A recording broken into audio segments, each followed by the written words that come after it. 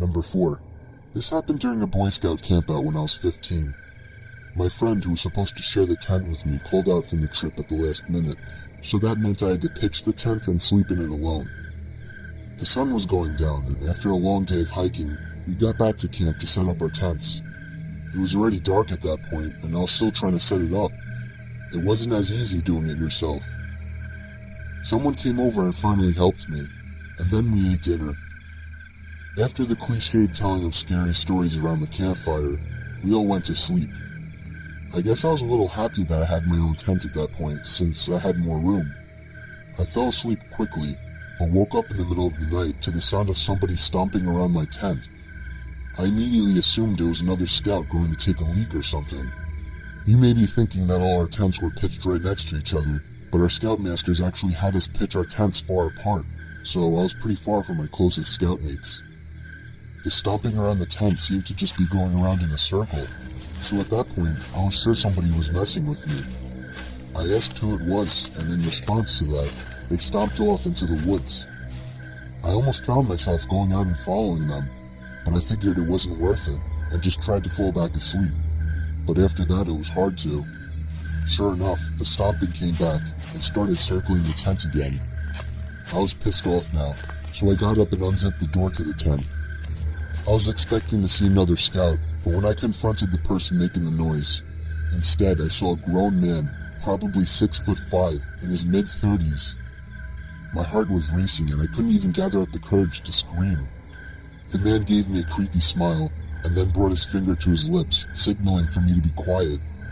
I did a quick 180 and sprinted to my scoutmaster's tent, screaming like a baby. He ran out before I even reached the tent, and I told him about the man I saw. He and the other scoutmaster ran over to my tent with one of the hunting rifles, but they didn't find the man. They did, however, pick up on the tracks the man left walking around the tent. We were all told to bring our tents closer together, like literally right on top of each other. The trip was cut short the next day and we all went home. I've never gone camping since, and I never will again. So me and a couple of my buddies went camping last summer alongside the Willamette River. We actually had a decent hike into the deep end of woods. We did some night fishing, listening to music, and basically drank to the point where everything was funny later in the night. I would guess we finally called it a night somewhere past 2 a.m. I shared a tent with one of my buds, while the other two shared another tent. We heard them laughing about something. At first we laughed at the sound of their laughing, but it soon got annoying and we yelled for them to shut up. One of them responded, "It isn't us." I sat up, startled at the response.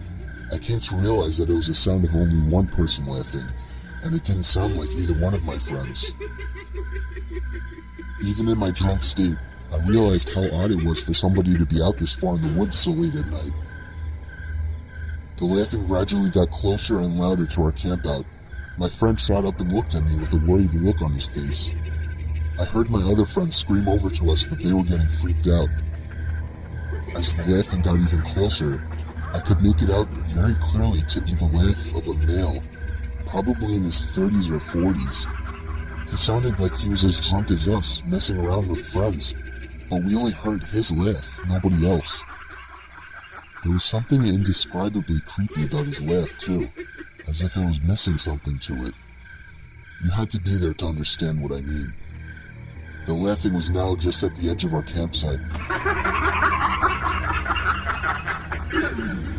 But we couldn't hear any footsteps at all. Now that may not seem like a big deal. It was impossible to move through that without making noise. And finally, all of a sudden, the laughing stopped completely. We had no idea where whoever that was standing, as he hadn't made a single stepping sound. We sat there in silence looking at each other. My friend was clearly freaking out, but he was keeping it together the best he could. Finally, something broke the silence. The sound of something rubbing against the cottony fabric of the tent.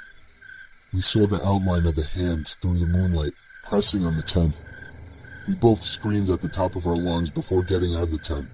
We ran as fast as we could through the woods, our other friends following us. After about 5 minutes of running, we somehow found our car.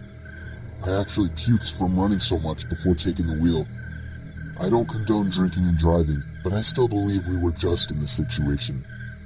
By far the most horrific experience of my life. No idea who or what the hell that was, or what they wanted.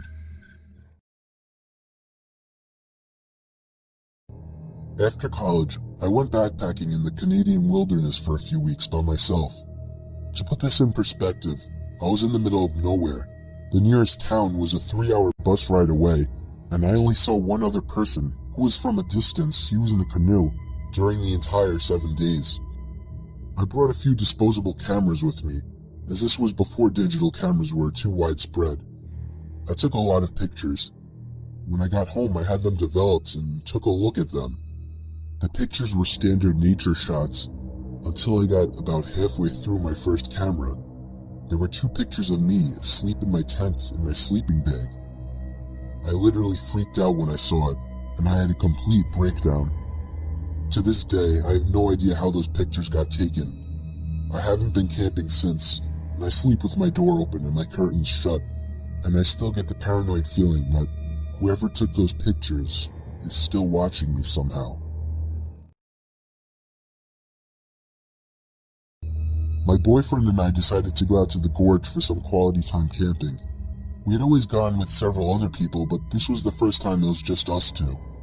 When we got out of our car to prep our gear for the mile hike back to the camping spot, 2 sketchy-looking dudes came out of the trailhead, eyed us, and went back onto their old-school Volkswagen camper van.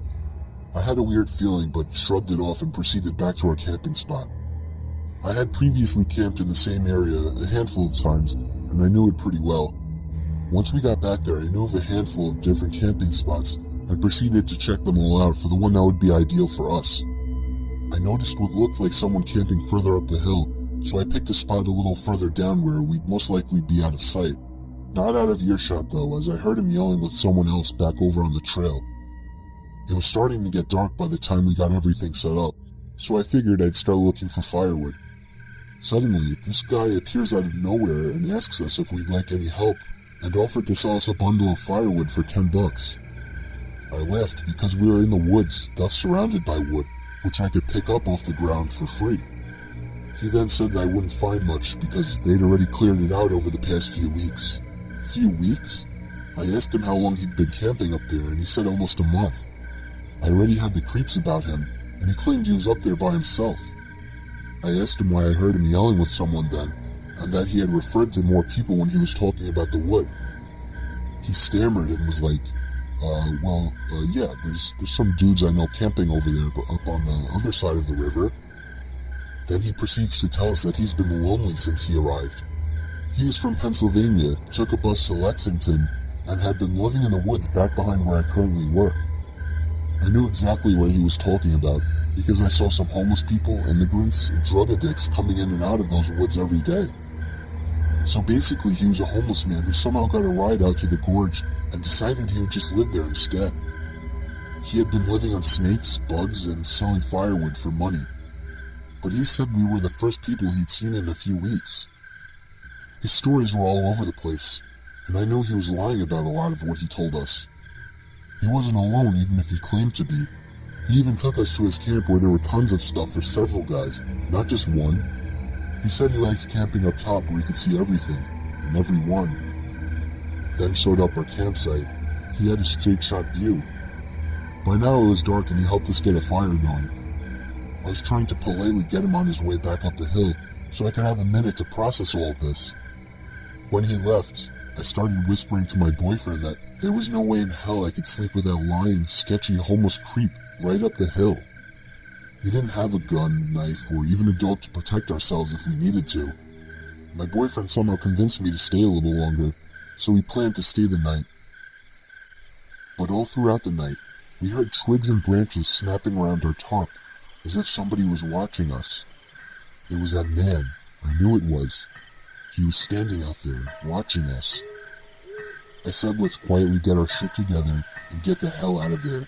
Which we did, only we left our new tarp set up because they would make too much noise and he'd know we were leaving. As soon as I stood up with my pack, ready to get the hell out of there, he yells, "Leaving so soon?" We proceeded to get away from there as quickly as possible.